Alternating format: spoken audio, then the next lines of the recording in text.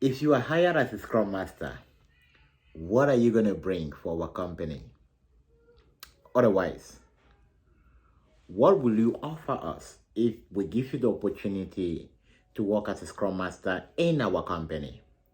Hello, welcome to the Scrum Chat Room with Dr. Francis Mbunya. If you're new here, hit the subscribe button, like and share if this is actually benefiting you. And we go straight to the point. We don't beat around the bush. One of the obvious questions you're going to receive, especially when they're kind of considering bringing you in, is what are you going to offer if you are hired as a Scrum Master in our company? All right. This is kind of an open question. It's a situational question, and you can be able to handle it from many different angles. But then, the way I will respond to it, your way might be different, right? Scrum is a very agile mindset. There's no fixed way of doing it. There's just a most preferred way or a correct way of doing it. There's no wrong way of doing it. Now, the way I'm going to respond to this question is that you need to understand that a Scrum Master is a servant leader above all. So you don't want to wear a cap and you're pointing at it, oh, I'm a good person, oh, I'm a timely person, I like to respect time, I will coach your team, I'll move them to high performance, so you don't want to promise, right? The way you actually talk is going to determine if you can do it or not. So you don't have to say, I'm going to make sure that your team is highly performant. I'm going to remove all impediments and all that stuff. No. Now, instead, you use the characteristic of a Scrum Master to respond to that question. So if I were to respond to that question in an interview, this is what I'm going to say. Thank you very much for that question. That's a very important question.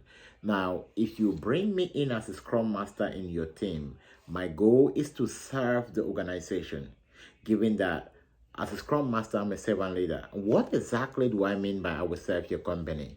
Now, the goal is to be able to work with the product owner, work with the development team, work with all the stakeholders, and look at what is the value we want to preserve.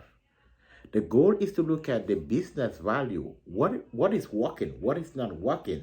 I'm definitely not coming in to create anything new because nobody likes change, right? I'm coming in to be able to look at what is working for the team. How can we preserve what is working? How can we optimize what is working? What is not working for the team? How can you find a way to make it work? What I bring in the team, I'm bringing in my skills, I'm bringing in my servant leadership, I'm bringing in my previous years of experience to be able to serve your team.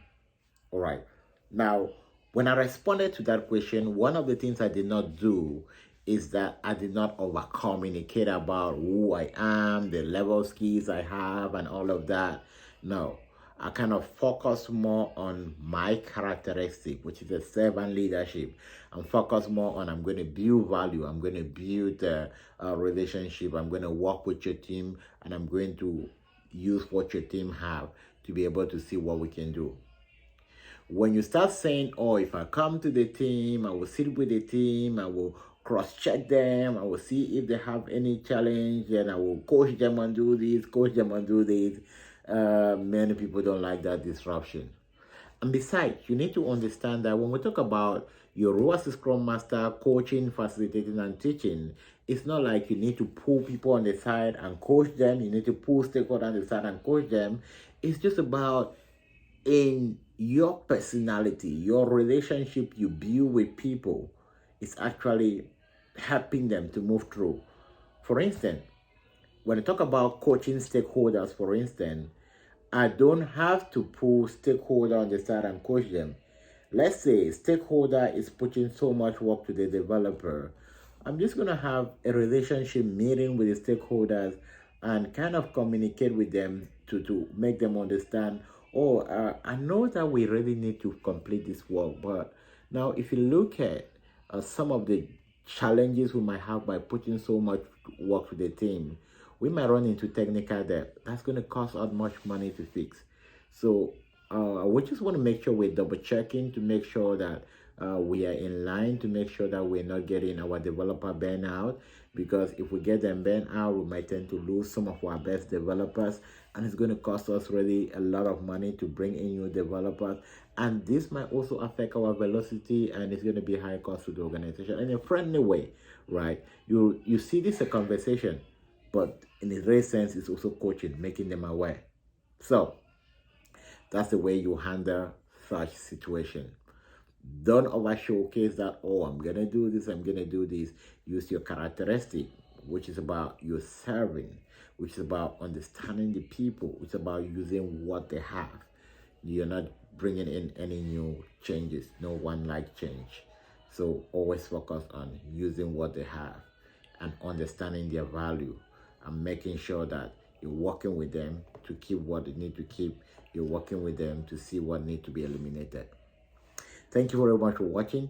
And if you really want to join our team to learn how you can effectively do this, feel free to reach out to me. I'm going to put my number down in the box. If you want to be a certified Scrum Master and you want to join my team, you want to be coached personally by me, also reach out and say, hey, I want to be a Scrum Master. How can you help me?